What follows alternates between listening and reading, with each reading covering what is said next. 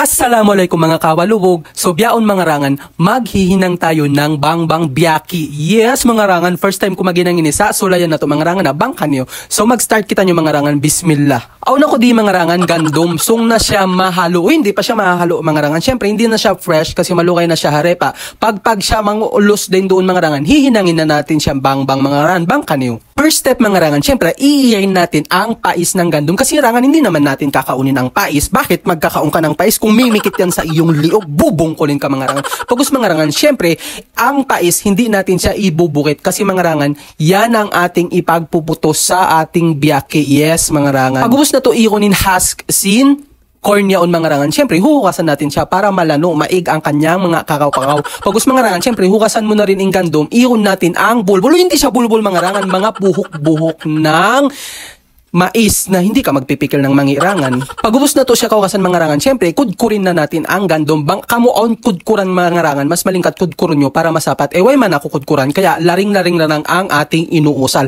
Syempre mga rangan, hindi mo kakaunin na tibuok ang gandom kasi bubungkulin ka ng 3 times a day. Hindi ka bubungkulin ng 3 times a day mga rangan. Kaya dapat kukudkurin natin siya rangan para mapino. Pagubos na to makudkurin gandom mga rangan, syempre, i-grind na to siya. Doon mga rangan, nagusal lang ako, multi-purpose chopper ko yaon. Yes, mga rangan, mano-mano lang sound. Kamo aun grinder at blender, yes mga rangan, mas malingkat ito, masapat sa i-blender nyo na sadya. Pero kako mga rangan yan, ang aking inuusal, ang aking multi-purpose chopper. Yes mga rangan, mawaya mag-order na kamo Shopee, butang ko man yung link. Kita nyo rin sabi mga rangan na mapinor ako man ang kakudkod at ka pipis natin sa ating gandom. Yes mga rangan, so ibiyaning consistency sing gandom mga rangan na bago na to siya hinangon biyaki. Kasi rangan, kung tibuok ka ang gandom, mimikit man yan sa iyong babauna, bubungkulin ka na naman. Dapat rangan, nagsasayo ka na, hindi ka nahihinduan sa ganyan. Tapos pag binungkol ka, ako na naman ang iyong susunin, hindi ka manunulsun rangan. Next mga rangan, syempre doon titimplahan na natin siya. Doon mga rangan, nagbutang sa jako tirigot, yutyo lang, ganta-gantaon nyo lang. Pag nagbutang na rin ako din doon lahing, manjari resabdi ka mo magbutang lahing, depende sa inyong kabayan. Nagsasayo na kayo rangan, malaas na kayo, hindi na kayo hinduan. Tapos nagbutang na rin ako doon sukal pula mga rangan, yes, para malimo-limo ang ating hihinangin na biyaki. I-mix-mix mo sa siya mga rangan para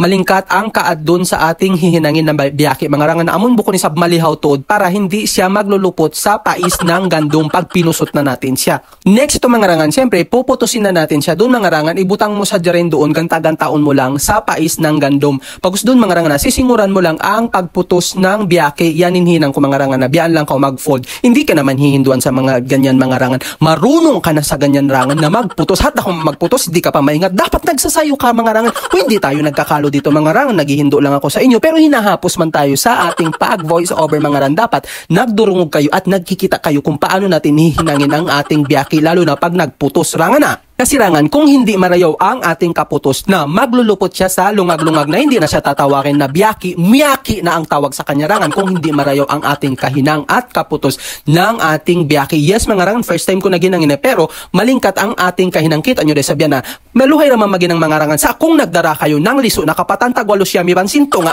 maraw pa kayo na pulak, hindi naman kayo mapupulak mga rangan. Mahinat na kayo maginang sa ganyan. Sa nagdara lang kayo nagliso. Pero kung dumaslok, alisto na kayo tapos mahoy na kayo, bang kayo kinansuban. No, hindi tayo nagpaparungog dito rangan. Pag gusto na to magputos mga rangan, syempre lutuon na to na siya. Doon mga rangan, asal na ka mo magpabukal tuwig mga 2 baril, hindi ka magpapabukal ng 2 baril tuwig mga rangan kasi malulumos na at maglalapay sa iyong kusina. Doon mga rangan, istipon na to sa 30 to 40 minutes hanggang sa maluto ang ating biyaki mga rangan kasi masapat naman siya yan maluto. Kita nyo na sabi mga rangan na yan, naluto na ang ating biyaki. Yes mga rangan, 30 minutes lang or maximum 40 minutes. Pag gusto doon mga rangan, syempre ibubutang na natin siya sa lay para maig ang kanyang paso kasi hindi natin siya uulinan ng mapasurangan kasi nga masusunog ang ating lima, malulus tayo. Huwag kang kinakahatrangan. Luto naman ng ating biyaki mga rangan. Checkin na natin ang kanyang sa loob kung luto na siya mga rangan. Kita nyo rin sabi, yes mga rangan, malingkat ang kaluto ng ating biyaki kasi nga marayaw ang ating pangaten mga rangan. Hindi tayo nagdurukal kasi mga rangan, kung nagdurukal ka magluto ng biyaki, miyaki na siya, miyaki siya mga rangan kasi na nga nagdurukal tayo, nagbubudot tayo, maaslom ang guwa sa ating niluluto na pagkaon. Pero mga rangan, masarap da kumanin iniiwan, kahawa-kawa, timplahan ta kahawa mga rangan. At yes, pagus minum-minum na kita nyo mga rangan. Siyempre doon mga rangan, mag-aatod kayo sa akin na nagkakaon tayo ng biyaki. Sa akong mawaya kayo maginang mga rangan, maginang na kayo, hindi naman kayo maghihibog sa akin. Huwag na kayo magliliso-liso mga rangan. Pagus doon mga rangan, siyempre kakalangan ko na kayo. Halekese kurusu kamuru. Kung magsukul mga rangan, please like and share.